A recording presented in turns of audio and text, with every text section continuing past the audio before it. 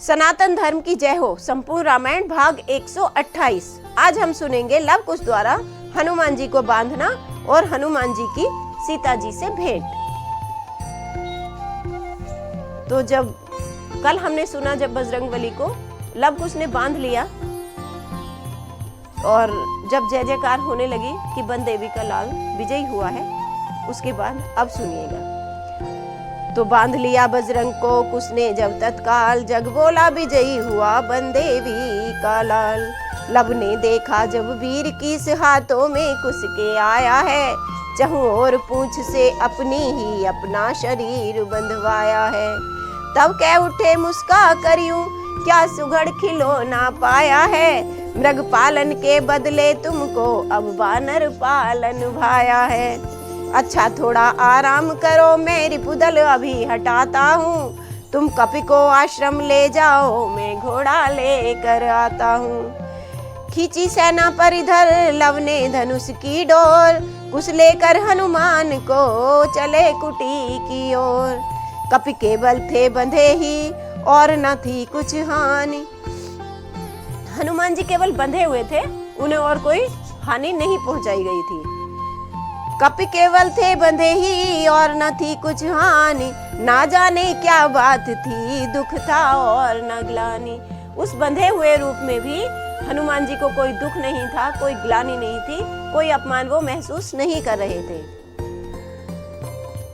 तो पूजा घर के सामने था प्रिय पर्ण निकेत, दिया बांध कुश ने वहीं कपि को प्रेम समेत। तब पहुँचे कुश कुटी में परम हर्ष के साथ, माता को गुरुदेव को सादर नाया मात। बोले गुरु चरणों के बल से अब तक जय हमने पाई है, जब जब सेना चढ़ कर आई तब तब ही मार भगाई है। पर एक बड़ा अचरज सा है जो नहीं समझ में आता है। कुश जी कहते हैं गुरुदेव से कि एक बड़ा आश्चर्य है जो मुझे अब तक समझ में नहीं आया है। क्या आश्चर्य है? मारण प्रयोग परिवर्तित हो सम्मोहन बनता जाता है। जिन्हें मैं मारता हूँ अपना मारण प्रयोग करके, वो मरते नहीं हैं, सम्मोहित हो जाते हैं, अपना आपा भूल जाते हैं बस। जिसको भी वहां देखते हैं वे पड़ा मृतक सा मूर्छित है, चेतना किसी को नहीं किंतु प्रत्येक वहां पर जीवित है। किसी में जीवन की अवस्था नहीं है लेकिन फिर भी सब जीवित है। मूर्छा भी कुछ विचित्र सी है, अब तक देखी या सुनी नहीं, कितने ही दिन हो गए किंतु है आंख किसी की खुली नहीं। इस समय वहां लव भैया ने सबको नीचा दिखलाया है, मेरे द्वारा श्री चरणों में कपि एक पकड़ भिजवाया है। तो ये सुनकर गुरुदेव ने कहा देर ना अधिक लगाओ, आदर शिष्टाचार से यहाँ उसे ले आओ। जो आज्ञा कहकर कुश जब ही चले द्वार की ओर, सीता ने गुरु से कहा हो कुछ प्रेम विभोर। सीता जी गुरु जी से क्या प्रश्न करती हैं? ऋषि वर नित्य में सुनती हूँ, छिड़ रहा समर योद्धा गण में, यह भी आते हैं समाचार बच्चे जय पाते हैं रण में। पर यह अब तक है विदित नहीं, किसने कठोरता ठानी है। सीता जी अब तक ये नहीं जानती हैं कि ये युद्ध किसके साथ चल रहा है, इसलिए वो गुरुजी से पूछती हैं कि मुझे ये नहीं पता चल रहा है कि ये कठोरता किसने ठान रखी है। जो जूझ रहा है बच्चों से वह कौन नृपति बलवानी है, जब विनय आपसे करती हूँ तो आप मौन हो जाते हैं। कहती हैं कि जब मैं आपसे विनय करती हूँ, आपसे पूछती हूँ तो आप चुप हो जाते हैं, कुछ नहीं बताते हैं। लेता हूँ बाल परीक्षा में बस इतना ही बतलाते हैं। कह देते हैं कि मैं बच्चों की परीक्षा ले रहा हूँ, इसके आगे आप कुछ क्यों नहीं बताते मुझे। अतएव आज इस पुत्री पर सब भेद अवश्य प्रकट करिए, क्या रण है, क्यों है, किससे है, यह सभी रहस्य प्रकट करिए। गुरु बोले धीरज धरो, सुलझ रहा है जाल, आज प्रकट हो जाएगा छुपा हुआ सब हाल। इतना ही कह सके थे ऋषिवर नीति निधान, आप पहुँचे कुश के सहित उसी समय हनुमान।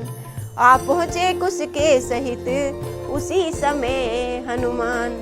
आहा, कितना प्यारा दृश्य रहा होगा, कितना मनोरम दृश्य रहा होगा जब माता से पुत्र की भेंट हुई होगी। बस भक्त राज ने आते ही वन देवी को पहचान लिया, ऋषि कुटिया में भी बेटे ने निज जननी को पहचान लिया। माँ बेटे का वह प्रेम मिलन लेखनी नहीं लिख सकती है, शारदा वहां पर गूंगी है, टकटकी बांध कर तकती है। शारदा माँ जो सब चीजों का वर्णन करती हैं, जो सब चीजों का व्याख्यान देती हैं, वो भी वहां पर गूंगों की तरह सिर्फ देख रही हैं, कह कुछ नहीं रही हैं। मामा कहता हुआ जब गिरा चरण में लाल, मेरे हनुमत कैसिया चौंक उठी तत्काल। अचरज में हो रहे थे कुछ समेत ऋषि वृंद, प्रकट किया गुरु ने तभी सब रहस्य सानंद। तो क्या बताते हैं गुरुजी? रखा था जिसको छुपा रखबन देवी नाम, वही राम की प्रिया है ये सीता गुणधाम। बोल उठा कुछ है वही है यह अपनी मात, तो क्या सुत अवदेश के हैं हम दोनों व्रात। गुरु बोले हाँ ऐसा ही है, तुम ही हो सुत अवदेश्वर के, यही सीता है जिनके यश गाएंगे कभी पृथ्वी भर के। मेरे उस महाकाव्य में भी दे दीप्तिमान यह ही तो है, तुम गाते हो जो विमल चरित्र उसमें प्रधान यह ही तो है। इनके ही कारण इस वन में मैंने ये रण रचवाया है, मैंने ही योग शक्ति द्वारा सबको इस जगह बुलाया है। वो घोड़ा वहां पर आता नहीं, लेकिन गुरुदेव की योग शक्ति के द्वारा उसको वहां पर लाया गया था।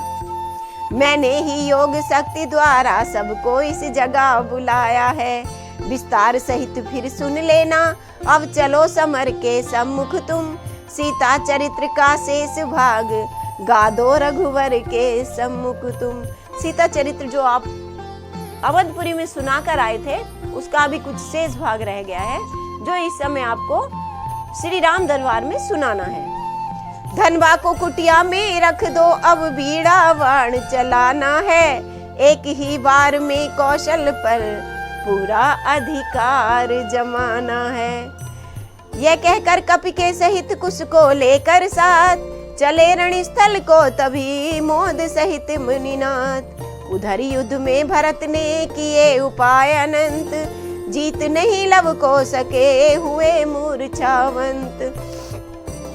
भरत जी भी मूर्छित हो गए, वो भी वहां पर जीत नहीं पाए।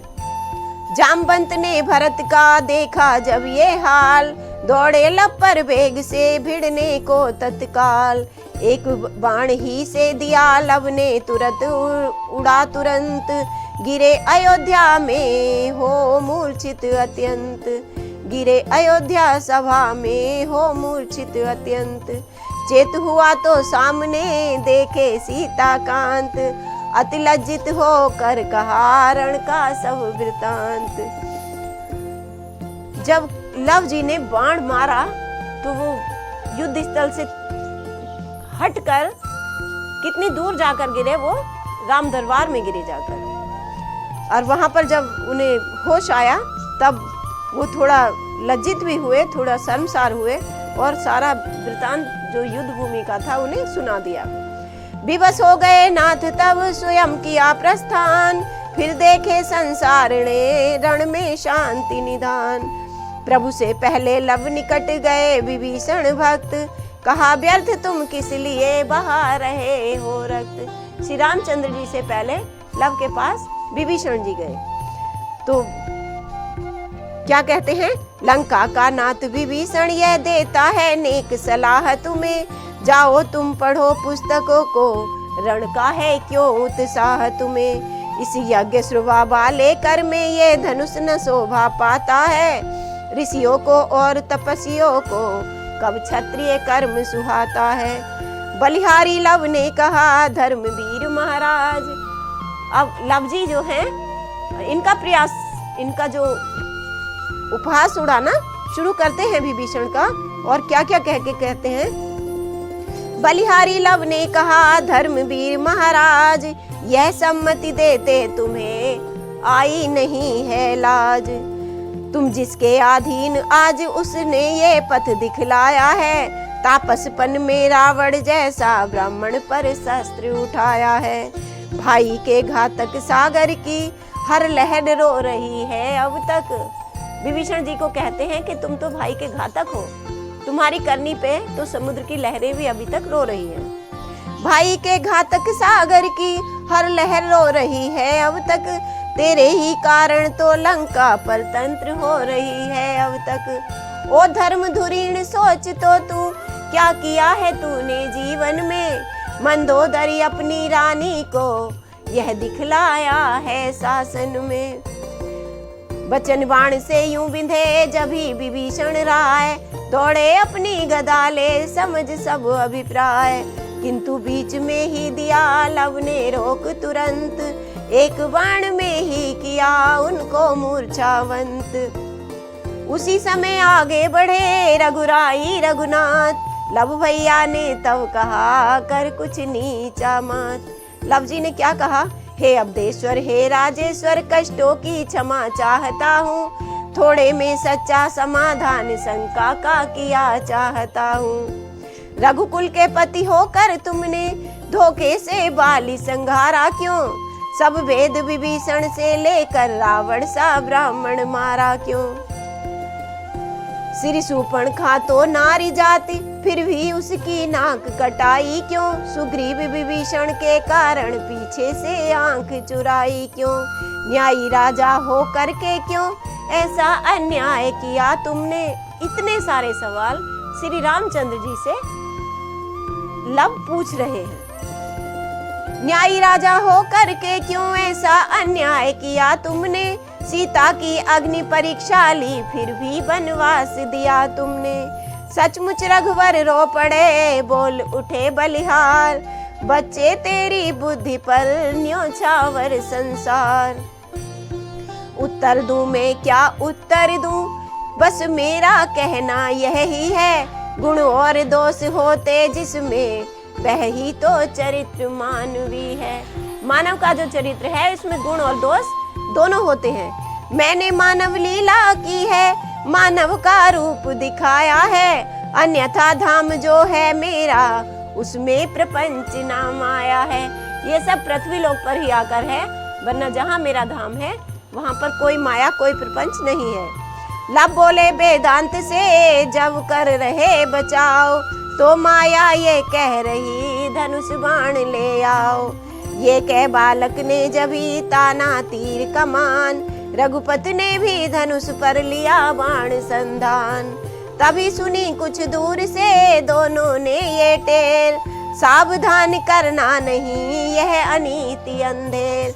तभी पीछे से आवाज आती है कि यह अनीति अंधेर नहीं करना है, सावधान करना नहीं यह अनीति अंधेर। देखा कुछ हनुमान को साथ लिए सहलाद, वाल्मीकि आ रहे थे करते ऐसा नाद। वाल्मीकि आ रहे थे करते ऐसा नाद। और इसी के साथ अपनी कथा को आज हम यही विराम देते हैं। कल हम सुनेंगे गुरु जी की आज्ञा पर युद्ध विराम करके कुश द्वारा बीड़ा पर सीता जी का संपूर्ण चरित्र का वर्णन करना। रामायण के पिछले भाग देखने के लिए साहित्य संगम की संपूर्ण रामायण प्लेलिस्ट पर जाएं, वीडियो को लाइक करें, चैनल को सब्सक्राइब करें और हमारी वीडियो आपको कैसी लगी कमेंट करके बताएं। जय सीताराम जी की, जय राधे श्याम जी की।